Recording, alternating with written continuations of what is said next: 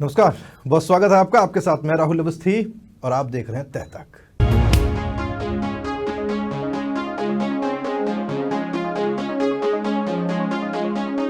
अक्सर जब हम फिल्में देखते हैं तो पुलिस ऑफिसर्स की एक छवि होती है कि वो बड़े तेज़ी से दौड़ रहे हैं, एक घूंसे में सबको पटखनी दे रहे हैं, गाड़ियों को हवा में उड़ा रहे हैं, दबंग जैसी और सिंघम जैसी छवि बनाने की कोशिश होती है। लेकिन असल मायने में जब हम पर्दे के पीछे काम करने वाले बड़े पुलिस ऑफिसर से मिलते हैं, हम बड़ी धीर गंभीर पर्सनैलिटी उनकी पाते हैं और वो एक पूरे प्रदेश के सिस्टम को डिटरमाइन कर रहे होते हैं। किसी भी प्रदेश को जब तोलना सतोलना होता है, सबसे पहला जो पैरामीटर होता है वो वहाँ का लॉ एंड ऑर्डर होता है और उसी के आधार पर उस प्रदेश को लेकर एक छवि बनाई जाती है। राजस्थान ने पिछले लंबे वक्त से इस छवि को लेकर उतार चढ़ाव देखे हैं और अभी राजस्थान में लॉ एंड ऑर्डर की स्थिति को लेकर कह सकते हैं कि पहले से बेहतर स्थिति है। आज हम उसी धीर गंभीर छवि को परखने की कोशिश करेंगे, जानने की कोशिश करेंगे। हमारे साथ हैं senior IPS ADG law and order mister Vishal Bansal ji. Sir, बहुत स्वागत है आपका समाचार प्लस पर। Thank you very much Rahul ji. जब मैं कह रहा था सर कि फिल्मों में एक पुलिस कॉप की जो छवि हम देखते हैं उससे असल ज़िंदगी में वो बहुत अलग होते हैं। जैसे मैं आपको देख रहा था, बड़े धीर गंभीर और हर चीज़ को बड़े सोच समझ के परख के बोलने की आप कोशिश करते हैं। तो क्या ये इंटेंशनल होता है कि नहीं गंभीर दिखना है या फिर नेचुरल होता है? सब कुछ नेचुरली है एक तरह से कि आप अपनी लाइफ में जीते रहते हैं और दूसरा ये प्रोफेशन का सब कल्चर भी बन जाता है कि आपके पास में कुछ प्रॉब्लम आती है तो आप उसके ऊपर सोच के ही फिर रिएक्ट कर पाते हैं। तो ये part and parcel of your life एक तरह से बन जाता है। ये फिल्में प्रभावित करती हैं? फिल्में मैं बहुत कम देख पाता हूँ। टाइम नहीं मिलता? अनफॉर्चुनेटली नहीं, टाइम तो बहुत मिलता है, ऐसा टाइम की ऐसा कोई प्रॉब्लम नहीं है। लेकिन आजकल और दूसरे एंटरटेनमेंट के मीन्स होने की वजह से फिर 3 घंटे लगातार बैठना और एक ही जगह में तो एक बड़ा अजीब सा होता है कि कौन जाए वहाँ तक, और घर पे फिर मूवीज़ देखने का वो बिल्कुल मज़ा नहीं रहता। पुलिस ऑफिसर्स के साथ में अक्सर एक चीज़ होती है सर कि उनको अपनी पर्सनल लाइफ बहुत कॉम्प्रोमाइज़ करनी पड़ती है। ये एक आम आदमी के मन में धारणा है, क्या आपके साथ ऐसा होता है? इसके दोनों पर्सपेक्टिव है। मतलब कि आप एक तरह से देखें, बाहर जो लोग बाग बैठे हैं उनके पॉइंट ऑफ व्यू से देखें कि हम लोग अपनी पर्सनल लाइफ कंप्रोमाइज़ कर रहे हैं, इन द सेंस कि जब पूरा देश दीपावली बना रहा होता है तो हम लोग उस दिन ड्यूटी दे रहे होते हैं। जिस दिन सब जने होली खेल रहे होते हैं तो हम लोग अपनी ड्यूटी दे रहे होते हैं और किसी और दिन अपना फेस्टिवल बनाते हैं। लेकिन जैसा मैंने पहले आपको कहा कि यह हमारा एक मतलब कि अब हमसे ये पूछा जाए तो वी डोंट फील सो कि हम कुछ कंप्रोमाइज़ कर रहे हैं या हम कुछ छोड़ रहे हैं या कुछ कर रहे हैं। We rather enjoy in this कि इसी में एक खुशी मिलती है कि हम अपने देश के लिए, अपने समाज के लिए कुछ कर पा रहे हैं और हमारी फैमिलीज़ भी एक तरह से इस चीज़ से एडजस्ट कर रही हुई होती है। तो वो लोग भी मतलब कि कभी कंप्लेन नहीं करते कि भाई आपने अपनी फैमिली लाइफ को या किसी चीज़ को किसी हद तक कुछ रेस्ट्रिक्शंस है या नहीं। सर, लॉ एंड ऑर्डर बहुत बड़ा एक सब्जेक्ट है। मैंने अभी शुरुआत में कहा कि अगर किसी भी प्रदेश को कोई देख रहा होता है वो सबसे पहले देखता है कि लॉ एंड ऑर्डर कैसा है। आपके ऊपर एक बहुत बड़ी रिस्पॉन्सिबिलिटी है। How do you feel? Definitely एक ये बहुत बड़ा चार्ज है, बहुत बड़ी रिस्पॉन्सिबिलिटी है कि प्रदेश में किसी भी प्रकार की कोई घटना हो रही है और उस घटना के क्या इम्प्लीकेशंस हो सकते हैं अपनी समाज के ऊपर, सोसाइटी में, पूरे प्रदेश के ऊपर क्या हो सकते हैं, उसका क्या रेमिफिकेशंस हो सकते हैं, हम लोगों को उस पॉइंट ऑफ व्यू से देखना पड़ता है और फ्यूचरिस्टिक प्लानिंग करके एनालाइज करना पड़ता है कि क्या हो सकता है, क्या नहीं हो सकता, और उसके बेसिस के ऊपर ध्यान रखनी पड़ती है। सर, पॉलिटिकल प्रेशर भी होता है? नहीं, इस टाइप के law and order is something जिसमें किसी प्रकार का कोई पॉलिटिकल या किसी प्रकार का कोई नहीं होता है, क्योंकि हर एक गवर्नमेंट, किसी भी पार्टी की गवर्नमेंट हो, उनके लिए मोस्ट इम्पॉर्टेंट ये होता है कि क्राइम अंडर कंट्रोल और दूसरा law and order should be maintained. तो लॉ एंड ऑर्डर मेंटेन करने के लिए अनटिल अनलेस आप इम्पार्शियल हो, आपकी जो आप कर रहे हो जनता में उसकी एक्सेप्टेबिलिटी हो, तब यदि जनता आपको देख लेगी कि आप पार्शियल हो तो आप फिर लॉ एंड ऑर्डर मैनेज नहीं कर सकते। यदि जनता आपको देख लेगी कि आप एकदम सही तरीके से इम्पार्शियल होकर और जो डिसीजन दे रहे हो या जो कार्रवाई कर रहे हो, जहाँ कहीं पे फोर्स यूज़ कर रहे हो या कहीं पे डिप्लॉयमेंट कर रहे हो, तो that is the need of the hour. तो सबसे बड़ा हमारा जो एक हमको जो परखती है वो एक पब्लिक है, वो देखती है, उसी के बेसिस के ऊपर हमारी एक्सेप्टेबिलिटी आती है और उसी के बेसिस के ऊपर, हमारी एक्सेप्टेबिलिटी के बेसिस के ऊपर मिनिमम यूज़ ऑफ फोर्स से हम सक्सेसफुल होते हैं। बाय एंड लार्ज लोग बड़ा भरोसा करते हैं पुलिस पर। उनको ये लगता है कि जो किया गया वो सही सर्कमस्टांसेस में जो सबसे ज़रूरी होगा, और जब लास्ट स्टेप होगा अगर आपको लॉ एंड ऑर्डर मेंटेन करने के लिए कोई फोर्स यूज़ करनी पड़े। पिछले दिनों टोंक में जो कुछ हुआ आपने देखा होगा, उसके बाद वहाँ के जो लोकलाइट्स थे उनका एक सेंटिमेंट बाहर आया। क्या उसका दबाव पुलिस पर रहता है या फिर आपने वो महसूस किया? नहीं, उसका देखो दबाव किसी प्रकार का नहीं है। न किसी ने, वहाँ के लोगों ने ये कहा कि पुलिस ने किया तो कोई गलत किया। पुलिस ने वहाँ पे वही किया जो घटना हुई थी, घटना के टाइम में जो लोग बाग मिले थे, और अपना कानून भी यही बताता है कि यदि आप अनलॉफुल असेंबली हैं, अनलॉफुल असेंबली यदि किसी प्रकार का कोई क्राइम करती है और वो क्राइम में चाहे एक्ट किसी का भी हो, उसमें जो लोग शामिल होते हैं दे आर इक्वली रिस्पॉन्सिबल। तो जिन लोगों को पुलिस ने अरेस्ट किया, आपने देखा होगा अभी तक मतलब कि मतलब कोर्ट्स ने भी पुलिस के कार्रवाई को सपोर्ट किया है और उसको सही पाया गया। आपने कोर्ट्स का जिक्र किया।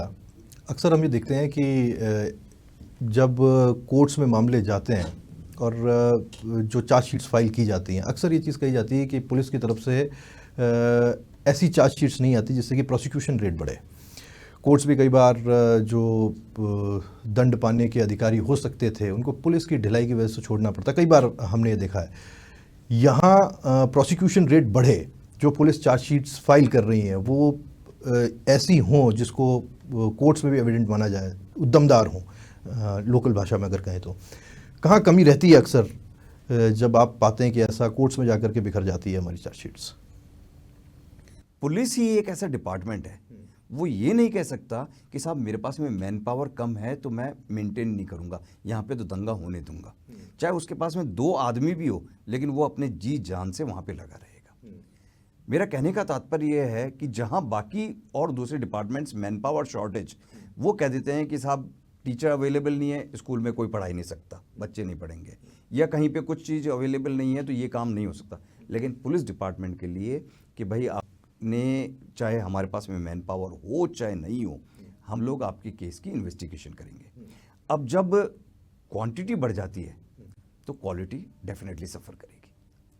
आज अपन देख रहे हैं कि हमारा एक इन्वेस्टिगेटिंग ऑफिसर करीब 200 मुकदमों का इन्वेस्टिगेशन करता है, साथ में वो लॉ एंड ऑर्डर का काम करता है, साथ में वो रात्रि गश्त करता है, साथ में वो और दूसरे ड्यूटीज़ जितनी भी उसके, कोई इंतजाम ड्यूटी है, कोई वीआईपी ड्यूटी है, कोई प्रोटोकॉल ड्यूटी है, वो सारी भी करता है।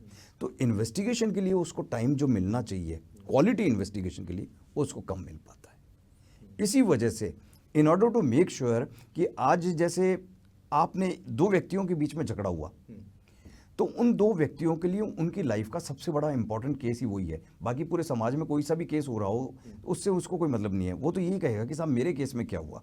वो रोजाना आईओ से पूछेगा कि मेरे केस में क्या हुआ, आईओ कहेगा कि हाँ भाई मैं तफ्तीश कर रहा हूँ। तो जितना डिले होता जाएगा उस व्यक्ति का पुलिस में या उस आईओ में विश्वास उतना ही कम होता जाएगा।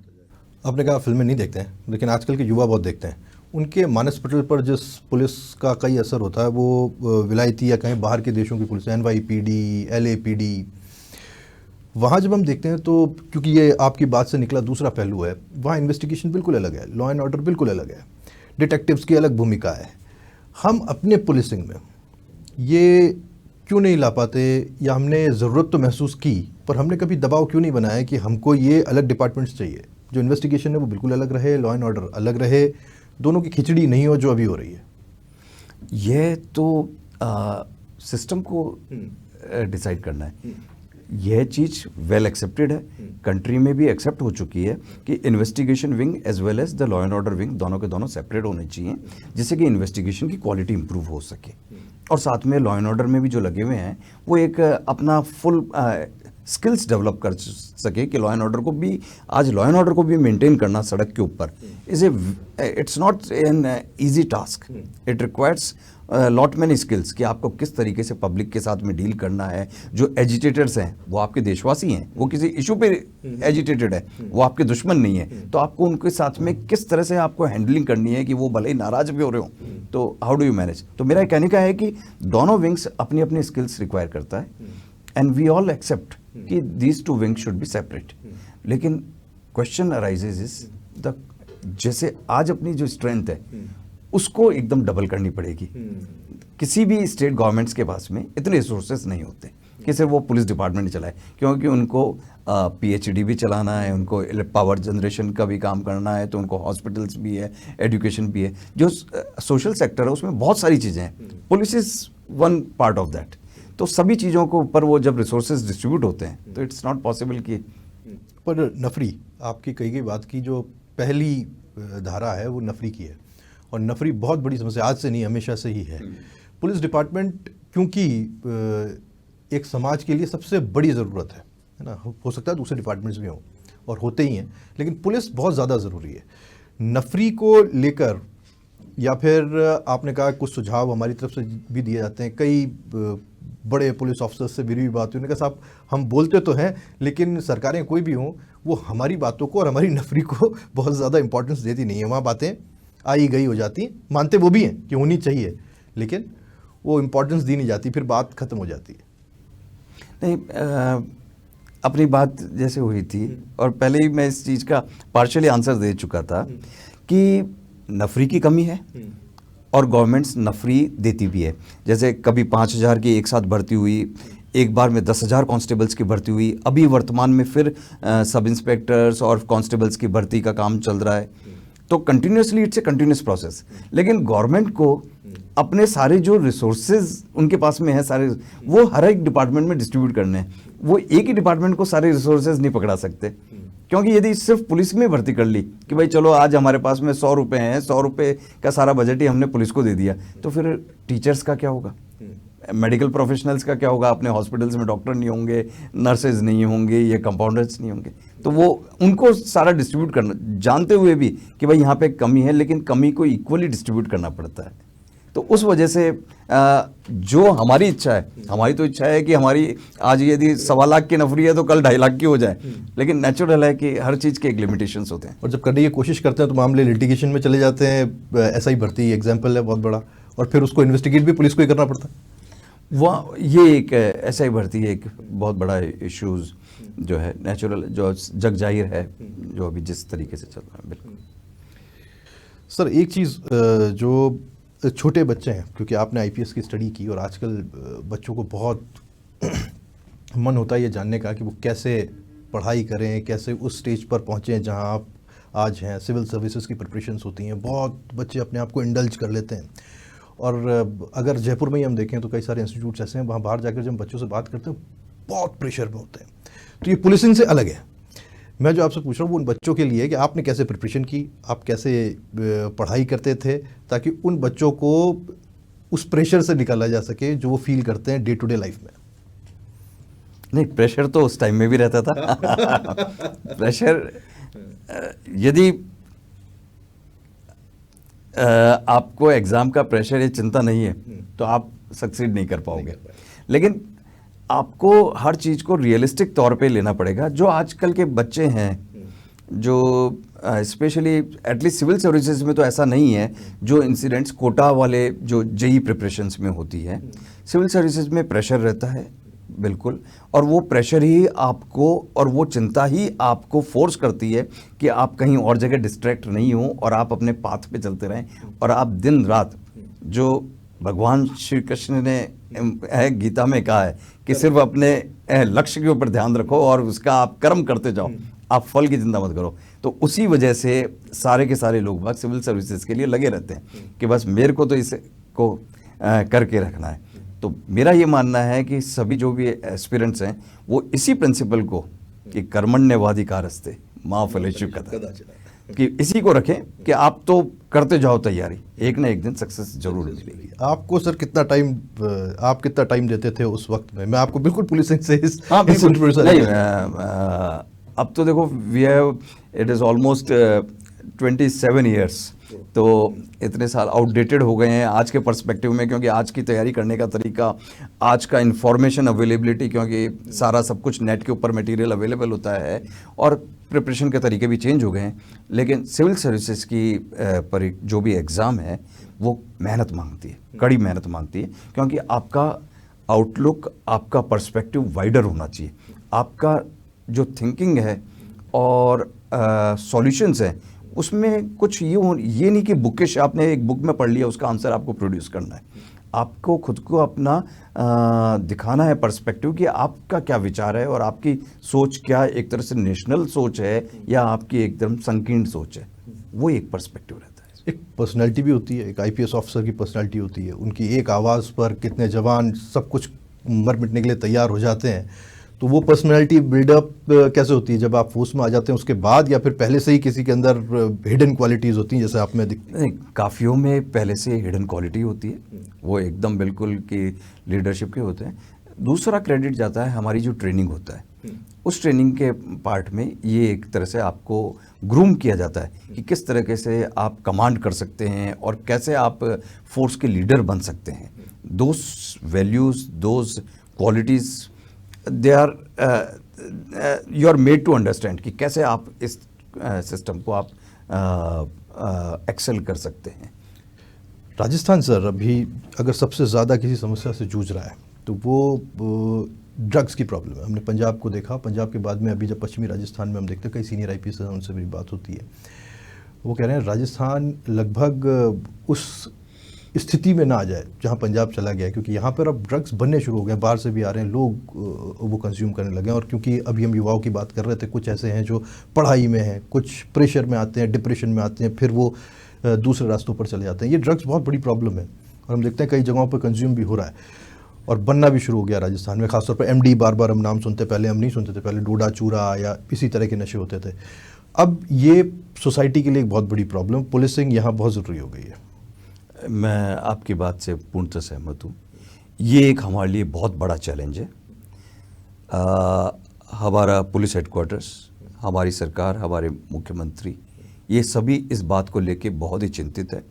अभी वर्तमान में सीएम साहब के निर्देश के बाद में एक विशेष अभियान चलाया जा रहा है जो अभी वर्तमान में जारी है इस ड्रग्स के खिलाफ में, कि ताकि किसी प्रकार से कि इस ड्रग्स के जो पेडलर्स हैं उनकी कमर तोड़ी जाए, जो लोग बाहर से लेके आते हैं और यहाँ पे डिस्ट्रीब्यूट करते हैं और बच्चों को उसकी लत लगाते हैं। We are very serious about this. Police headquarter में रेगुलरली हमारी मीटिंग्स होती रहती है और इसी वजह से कि ये एक हम दूसरे स्टेट की तरफ से जो जिनका नाम खराब हो रखा था ड्रग्स में, वैसा नहीं बन जाए। Anti narcotic cells, anti narcotic task force, वो यहाँ तक ANTF के नाम से हमने एक फोर्स है ना, बजट में अनाउंस हुई थी, बनाई है, ताकि राजस्थान में इस प्रकार के हालात नहीं आने देंगे। And we are working towards it. और मैं आपको अश्योर करता हूँ कि निश्चित तौर से ये हमारे एक प्रायोरिटीज़ में टॉप लेवल पे है। 27 साल की लंबी जर्नी और उस समय की चुनौतियाँ, आज की चुनौतियाँ, जब एक पुलिस ऑफिसर के तौर पे आप देखते हैं, आज टेक्नोलॉजी का एरा, वाइट कॉलर क्राइम्स हो गए हैं, डिजिटल क्राइम्स होने लगे हैं, लोगों के मोबाइल से पैसे गायब हो जाते हैं। उस समय के चैलेंजेस और आज के चैलेंजेस आप कितना डिफरेंस पाते हैं उसमें? काफ़ी हद तक डिफरेंस है। पहले बॉडी ऑफेंसेस ज़्यादा होते थे, मतलब कि आपको फिजिकल चाकू दिखा के या मार के पीट के आपका पैसा छीन लिया या कर लिया, इस टाइप के ऑफेंसेस। अब आज की तारीख में क्रिमिनल इस टाइप के ऑफेंसेस में इंटरेस्टेड नहीं है क्योंकि वो क्लियरली देखता है कि बस इस ऑफेंस में रिस्क बहुत ज़्यादा है, कोलेटरल डैमेज हो सकता है। हाँ, कोलेटरल डैमेज। लेकिन दूसरे जो आजकल साइबर रिलेटेड ऑफेंसेस हैं उसमें रिस्क बिल्कुल नहीं है। तो नेचुरल है कि क्राइम का ट्रेंड शिफ्ट हुआ है काफ़ी हद तक, क्राइम का पैटर्न, कि आप ये देखेंगे कि मर्डर भी हो रहा है तो मर्डर एक not because of the reason कि वो कुछ ना कुछ मोटिव है कि वरना सिर्फ आपसे छीना झपटी करने के लिए, या पहले जैसे जो हमारा सेक्शन होते थे 399, 402 कि एक ग्रुप बना के मारपीट करके गैंग्स हो गए कर गए, वो अब बहुत कम हो गए हैं उस टाइप के। महिला अपराध एक ऐसा विषय रहा है जिस पर राजस्थान ने बहुत कहना चाहिए लताड़ भी सुनी है, हमको लेके एक छवि भी बनी है। इस 27 ईयर्स की जर्नी में जहाँ तक मुझे लगता है, मेरा भी 18 साल का जर्नलिज्म का कैरियर है, मैंने देखा है कि समय के साथ हमने इसमें बहुत इंप्रूवमेंट किया है। कम से कम महिला अपराध राजस्थान में अब होने कम हुए, वैसे नहीं होते जैसे वो पहले आप बताते थे कि डकैत जैसे देखते थे और उस तरह से अपराध होते थे महिलाओं के अगेंस्ट भी, अब वैसे अपराध नहीं है। आप इससे एग्री करते हैं? नहीं, I agree with you, but at the same time I disagree with your statement कि राजस्थान में महिला अपराध काफ़ी हैं। राजस्थान, आप भी यहीं पे रहते हैं, हम सब यहीं पे रहते हैं, और अपन देखते हैं जितना महिलाओं का रिस्पेक्ट राजस्थान में है उतना और दूसरी जगह से भी ज़्यादा अपन यहाँ पे हर चीज़ में, चाहे छोटे से छोटा हो बड़े से बड़ा हो, एक दूसरे से रिस्पेक्ट और सलीके से बात करते हैं। हमारे यहाँ पे क्या है, राजस्थान में फ्री रजिस्ट्रेशन पॉलिसी है। मतलब कि कोई छोटा सा भी अपराध होगा, आप ये देखेंगे कि तुरंत कोई भी आया कंप्लेनेंट की रिपोर्ट दी तो हम रजिस्टर कर लेते हैं। तो जैसे ही रजिस्ट्रेशन को हमने बढ़ावा दिया तो स्टैटिस्टिक्स है कि भाई इतना ज़्यादा हो गया। तो एक ये भी एक बहुत बड़ा इम्पैक्ट दिया है कि हम लोगों ने जो पब्लिक की सुविधा के लिए फ्री, कि भाई जो पहले सुनते थे कि थाने के 10 चक्कर लगा लिए लेकिन मुकदमा दर्ज नहीं हुआ, तो उसी को अवॉइड करने के लिए हमने सबको डायरेक्शन दे रखे हैं। तो इन वजहों से स्टैटिस्टिकली हमारे नंबर्स बढ़ गए हैं। बाकी इंसिडेंट्स ऑफ क्राइम यदि उस तरीके से देखा जाए तो डेफिनेटली राजस्थान पॉपुलेशन के पॉइंट ऑफ व्यू से अगर से सबसे देखा जाए तो काफ़ी कम लेवल पे आएगा। एक सर महत्वपूर्ण बात जो कि मैं अभी आपसे पूछना भी चाह रहा था कि कुल मिलाकर के राजस्थान ने ये बहुत बड़ा डायनेमिक शिफ्ट देखा है एक लंबे अरसे से, जहां हम देख रहे थे कि पहले अलग तरह के क्राइम थे, आज अलग तरह के क्राइम। पूर्वी राजस्थान, अब कई जगहों पर तो फिल्में बनने लगी, जैसे जामताड़ा, पूर्वी राजस्थान का एक पूरा इलाका मेवात का, वहाँ पर ऐसे क्राइम्स हो रहे हैं जो किसी ने सोचे नहीं। एक ऑपरेशन एंटी वायरस चलाया, उस एंटी वायरस में यही काम किया गया कि भरतपुर, अलवर, इनके जो मेवात एरिया में जो क्रिमिनल्स थे और जो जम के साइबर क्राइम कर रहे थे उनके खिलाफ में कार्रवाई की जाए। जहां पे कंसंट्रेशन 90% कंसंट्रेशन था पूरे एरिया में, आज वहां पे 5 या 7% ही कंसंट्रेशन क्राइम्स का उस जगह से हो रहा है। मतलब कि इतनी ज़्यादा पुलिस ने रेड्स दी, इतने लोगों को बंद किया, इतने लोगों को रिलीफ दिलाया, तो काफ़ी हद तक जो राजस्थान का नाम कि जामताड़ा बन गया था हैं, उसमें हमने सक्सेसफुल हुए हैं और we are continuously working towards it. And आने वाले दिनों में आप देखेंगे कि राजस्थान इससे वो क्रिमिनल शिफ्ट होके कहीं और दूसरी जगह यदि वो करेंगे तो जाएंगे, लेकिन Rajasthan will not be a safe haven for them.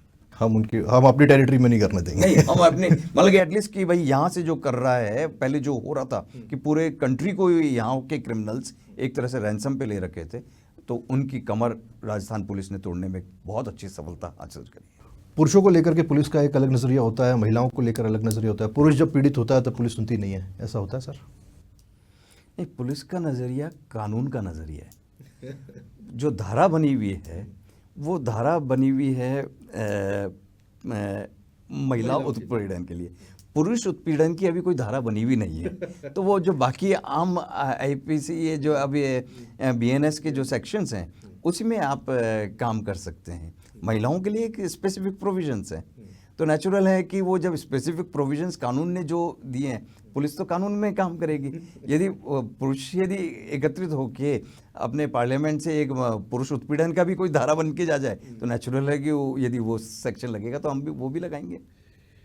Sir, हम तो पत्रकार हैं, खैर हमें तो कभी महसूस नहीं हुआ, पर आम धारणा होती है कि पुलिस की ना दोस्ती भली ना दुश्मनी भली, अगर कोई दूर से निकल रहा है सलाम ठोक के निकल जाओ, ज़्यादा बात नहीं करनी है। ये एक पुलिस की छवि है।